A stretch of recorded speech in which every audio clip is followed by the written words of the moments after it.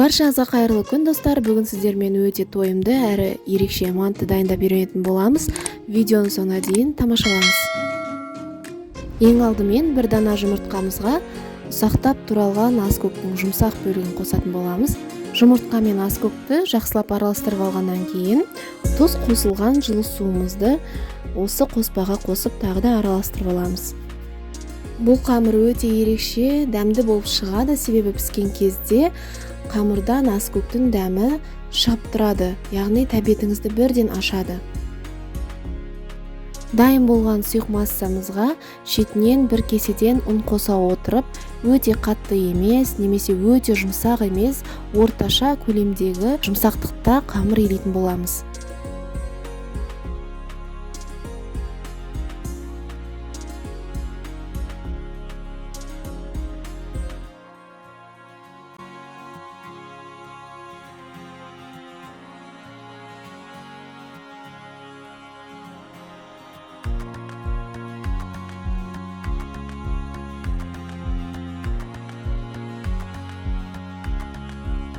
Міне достар, менің қамырым дайын болып қалды. Сізде де дәл осындай қамыр шығуы керек. Енді осы дайын қамырымызды 2-3 мәрте тындырып, кейін манты тиеуге кірісеміз.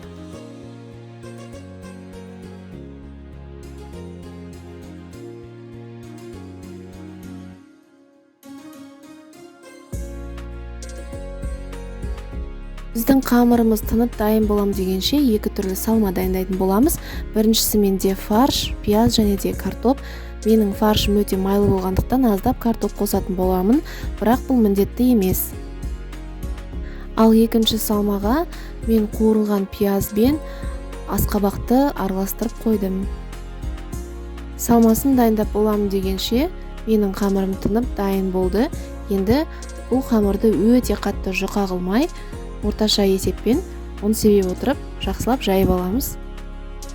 Құрамында жұмыртқа болғандықтан бұл қамыр жаюға өте ыңғайлы болып шығады. Яғни ол жыртылмайды, мантыны түйген кезде де сізге қолайсыздық туғызбайды.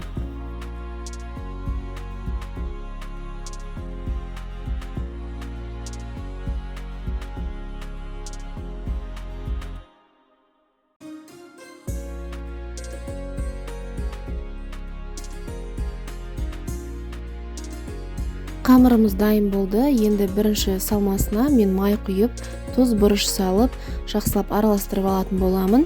Ал екінші салмасына май құймаймын, себебі мен пиязды маймен қуырып алдым. Сондықтан ол қажет емес. Енді жайылған қамырымыздың барлығын бірдей көлемде 4 бұрыштығып кесіп аламыз. Негізі дәл осы мантының түйу әдісін көптеген видеоларда қамырды домалақтап кесіп алып көрсетеді. Бірақ мен бүгін эксперимент жасап, мантының қамырын барлығын 4 бұрыштап кестім. Яғни 4 бұрыштап кесілген қамырдан да дәл сондай әдемі манты түйіп шығуға болады екен. Ең бастысы, қамырымыздың барлығы бірдей формада кесілуі керек. Енді мантыны түйуге кірісеміз. Бір қамырымыздың ортасын кез келген домалақ затпен кесіп аламыз. Екі қамырды беттестіріп, біріктіреміз. Қамырдың кесілмеген жағына бірінші салманы салып, жақсылап ортасына қарай біріктіре түйеміз. Ортасын біріктіре жауып болғаннан кейін қамырдың сыртындағы келесі екінші қамырды айналдырып алып шығамыз. Енді осы ортадағы қамырға екінші салмамызды салып, жоғары жағын біріктіре отырып түйеміз.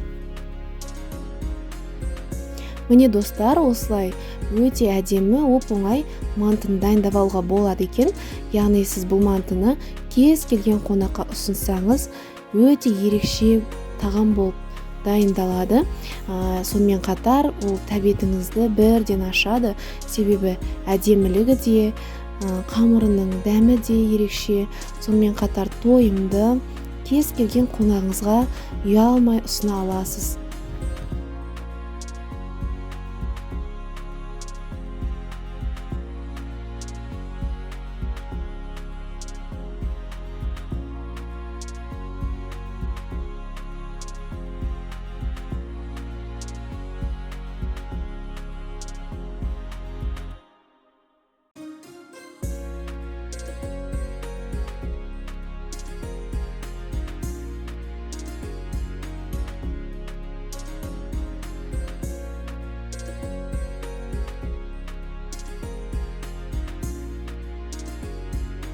Дайын болған мантыларымызды 45-50 минуттай буда пісіріп алатын боламыз.